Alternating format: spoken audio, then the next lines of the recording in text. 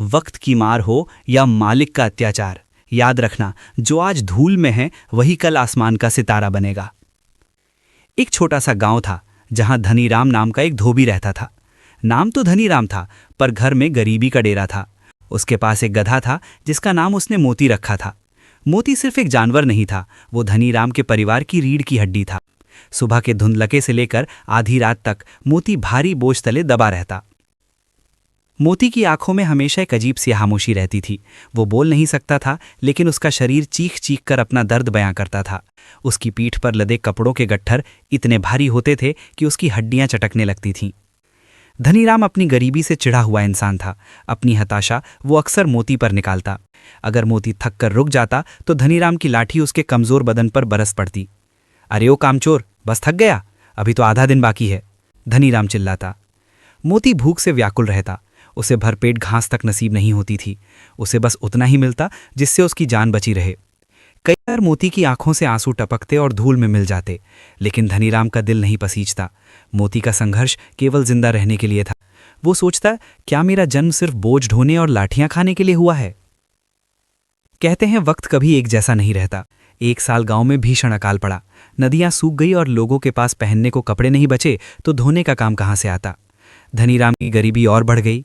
अब उसके पास खुद के खाने के लाले पड़ गए तो वो मोती को क्या खिलाता। एक रात धनीराम ने क्रूर फैसला किया। उसने मोती को जंगल के किनारे ले जाकर छोड़ दिया। जा, अपनी किस्मत खुद ढूंढ, मैं तुझे और नहीं पाल सकता, धनीराम ने रूखेपन से कहा।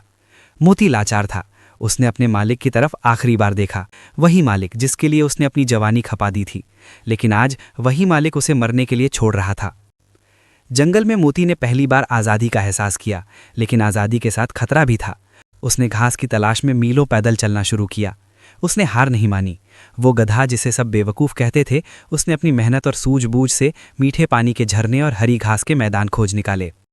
वहाँ कुछ पहाड़ी लोग रहते थे जो जड़ी बूटियों का व्यापार करते थे। उन्होंने मोती की मेहनत देखी। मोती उनके साथ जुड़ गया। अब वो बोझ ढोता था, लेकिन अब उसे प्यार और इज्जत मिलती थी। वो अच्छे भोजन और देखरेख से एक बलशाली और तंदुरुस्त जानवर बन गया। उसकी चाल में अब लाचारी नहीं बल्कि गर्व था। सालों बीत गए। धनीराम अब बूढ़ा और लाचार हो चुका था। वो भीख मांगने की कगार पर था। एक दिन उसने देखा कि पहाड़ से एक समृद्ध व्यापारियों का दल उतर रहा है। उनके साथ एक बहुत ही सुंदर और ताकतवर गधा था जिसकी पीठ पर कीमती रेशम लदा था। धनीराम की नज़र उस गधे की आंखों से मिली। वो पहचान गया, ये तो मोती था। मोती अब बदल चुका था। वो पहले से कहीं ज़्यादा चमकदार और स्वस्थ था। धनीराम के पैरों तले ज़मीन खिसक गई। उसे अपनी पुरानी करतूतें याद आने लगी। उसे याद आया कि कैसे उसने इस वफादार जीव पर अत्याचार किया था। वो रोते हुए मोती के पास गया। मोती, मुझे माफ़ कर दे, मैंने तेरी कद्र नहीं की। मोती रुका। उसने शांत नज़रों से अपने पुराने मालिक को देखा। उसकी आंखों में अब नफरत नहीं थी, सिर्फ एक गहरी समझ थी। वो आगे बढ़ गया। अब उसे पीछे मुड़कर नहीं देखना था, क्योंकि उसने अपना नया मुकाम पा लिया था। धनीराम वहीं खड़ा पछतावे की आग में जलता रहा। दोस्तों, इस कहानी से हमें ये सीख मिलती है कि मेहनत कभी बेकार नहीं जाती। चाहे आप इंसान हो या जीव, आपकी मेहनत ही आपकी असली पहचान बनती। आज आपके पास जो है उसकी कद्र करें। वक्त बदलते देर नहीं लगती। किसी की लाचारी का फायदा उठाना आपको अंत में अकेलेपन और पछतावे की ओर ले जाता है। कठिन समय हमें तोड़ता नहीं बल्कि हमें और मजबूत बनाता है।